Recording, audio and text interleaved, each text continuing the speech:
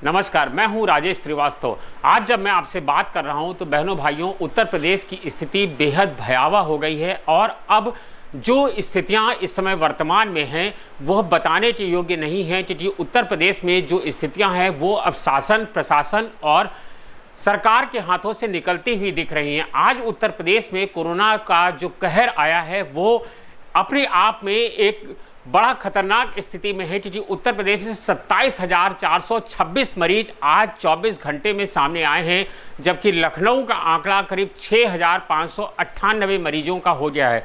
यानी लखनऊ में ये मरीजों का संख्या 6,598 सिर्फ 24 घंटे की है। ये स्थिति तब है जब कोरोना टेस्ट केवल 1 से सवा लाख के बीच में हुए हैं। यानी अगर हम एक्सपर्ट्स की माने तो उनका कहना है कि आप जो उत्तर प्रदेश में और लखनऊ में कोरोना मरीजों की संख्या देख रहे हैं, असल में ये संख्या इसकी 5 गुने है। यानी कि अगर आज हम लखनऊ में कोरोना मरीजों की संख्या जो 6,598 आई है, अगर इसका 5 गुना तो कर लें तो लखनऊ में करीबन 30,000 से ज़्यादा कोरोना मरीज सामने हैं। हालांकि उनके टेस्ट नहीं हो पा रहे हैं, उनकी इस व्यापक पैमाने पर सरकार की तैयारी नहीं है। मुख्यमंत्री लगातार आश्वासन दे रहे हैं और जांच का आदेश दे रहे हैं कि 2.5 से 3 लाख टेस्ट किए जाएं, लेकिन अभी भी कोरोना टेस्ट की जो आंकड़ा है वो 1 से सवा लाख के बीच में ही है।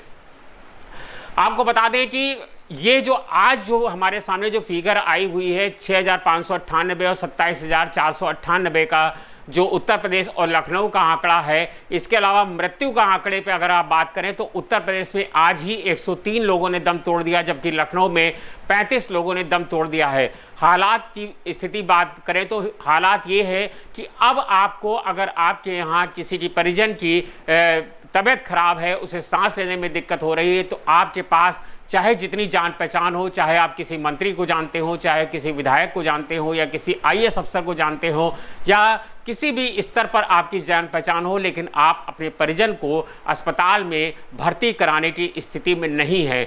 और तो और अगर आप किसी अन्य बीमारी से भी ग्रसित हैं तो आपको किसी अस्पताल में इलाज मिलने के लिए अब पाबंदी लगा दी गई है, क्योंकि कहीं पर भी OPD सेवाओं को पूरी तरह से निरस्त कर दिया गया है।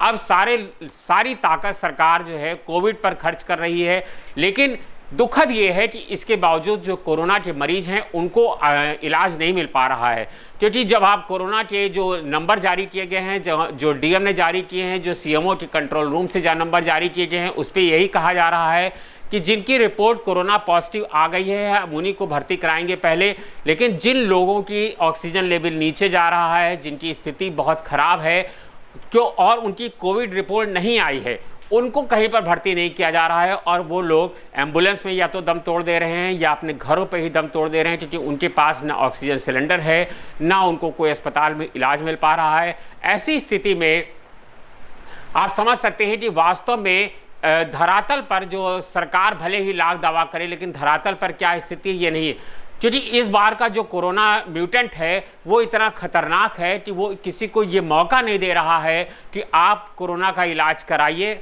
या कोरोना की रिपोर्ट पॉजिटिव आ जाए आप अस्पताल में भर्ती होकर इलाज करा लीजिए। क्योंकि कोरोना अगर किसी को हो गया है तो कोरोना 3 दिन से ज़्यादा किसी को मौका नहीं दे रहा है। जी हाँ, मैं बात कर रहा हूँ, मैं आपको डरवा नहीं रहा हूँ, मैं आपको बिल्कुल सही आंकड़ों से अवगत करा रहा हूँ, क्योंकि अगर गलती से आपको या आपके परिजनों को कोरोना हो गया है तो कोरोना होने के 3 दिन के अंदर कोरोना मरीज दम तोड़ दे रहा है, क्योंकि और जब आप जांच कराने जाएंगे तो जांच रिपोर्ट आने में 3 से 5 दिन का समय लग रहा है।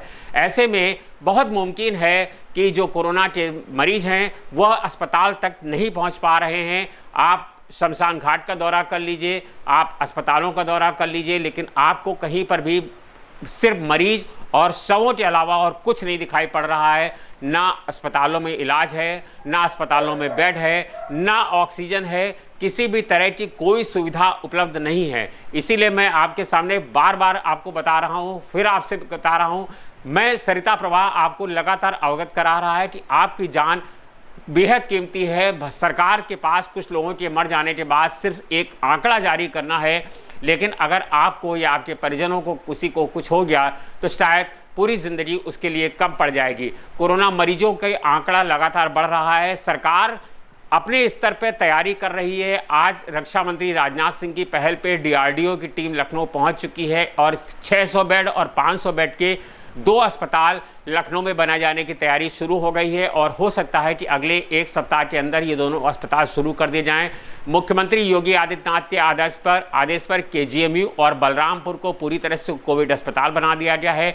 एपिडेमिक एक्ट पूरी तरह से उत्तर प्रदेश में लागू कर दिया गया है, यानी कि अगर कोई कोरोना मरीज है तो उसको कोई अस्पताल भर्ती करने से मना करेगा तो उस पर मुकदमा दर्ज किया जाएगा। ये आदेश जरूर हुए हैं, लेकिन जब ना अस्पतालों में बेड है ना अस्पतालों में ऑक्सीजन है तो अस्पतालों में मरीज कहाँ से भर्ती किए जाएंगे।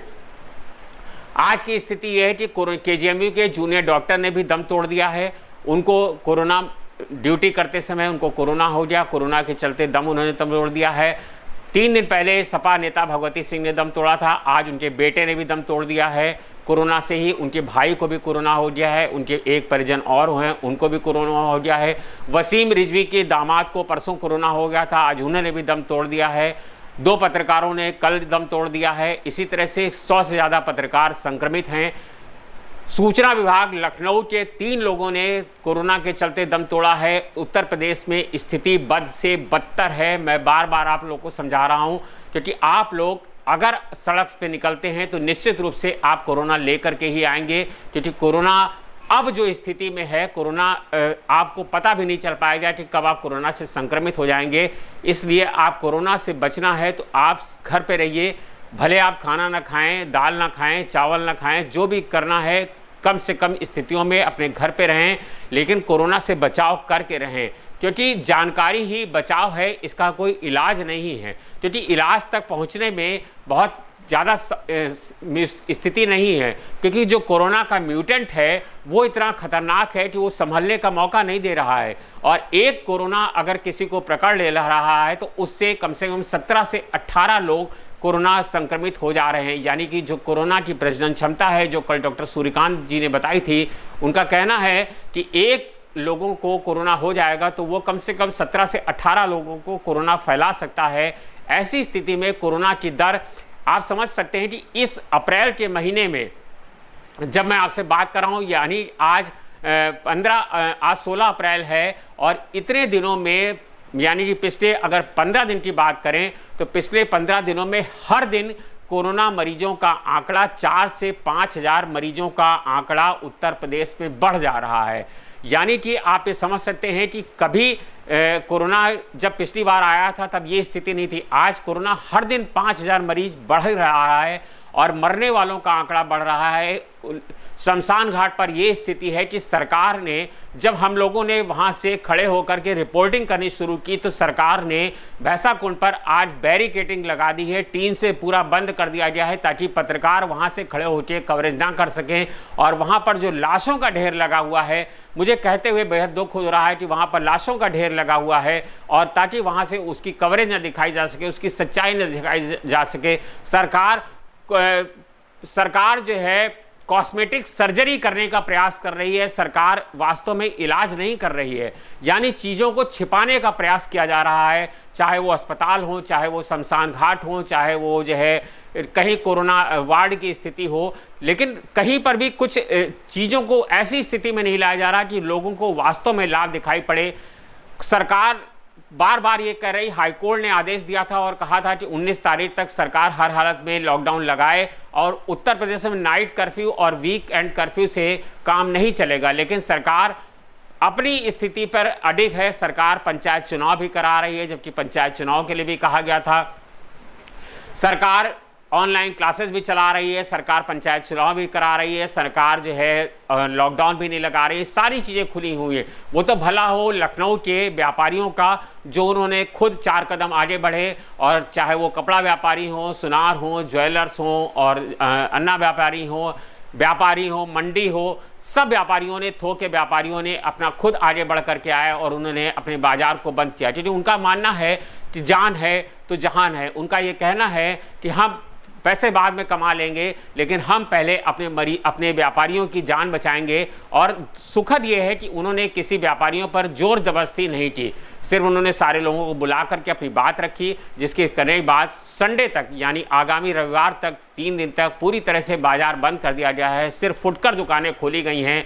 और आज हमारी संदीप व्यापारी नेता संदीप बंसल से बात हुई है। उनका कहना है कि हम सोमवार को फिर रिव्यू करेंगे और रिव्यू करने के बाद ये तय करेंगे कि फिर से, यानी कि अब उनका कहना है कि हम अगले क्रम में जो छोटे व्यापारी हैं, फुटकर व्यापारी, उनसे भी अपील करेंगे कि वह भी बंद करें, क्योंकि जान है तो जहान है।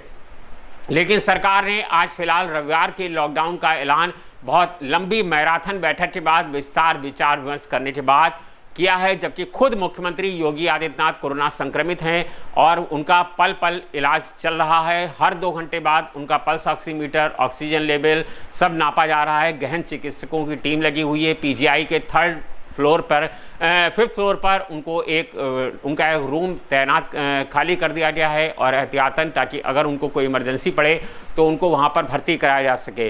लेकिन ये सुविधाएं सिर्फ मुख्यमंत्री के लिए हैं, बाकी लोगों के लिए नहीं हैं। तो आप मुख्यमंत्री नहीं हैं, आप अपना इलाज खुद करिए और अपनी लापरवाही ना बरतें। हमारी आप सबसे यही अपील है।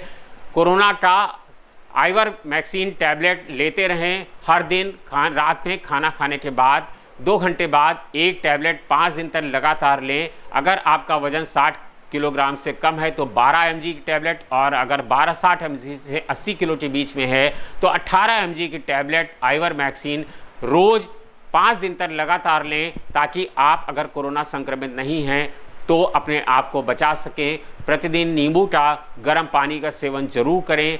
जो आपके डॉक्टर्स बता रहे हैं, सरिता प्रवाल लगातार आप तक हर कोशिश कर रहा है कि आप तक दवाइयों का भी पहुंचाया जा सके। जो ज़रूरी सूचनाएं हैं वो आप लोग तक उपलब्ध कराई जा सकते हैं। लेकिन बचाव आपको करना है, इसलिए कोरोना से संक्रमित होते समय बिल्कुल ध्यान रखें और कोरोना से अपने आप को बचा के रखें, क्योंकि जान है तो जहान है। धन्यवाद, शुक्रिया।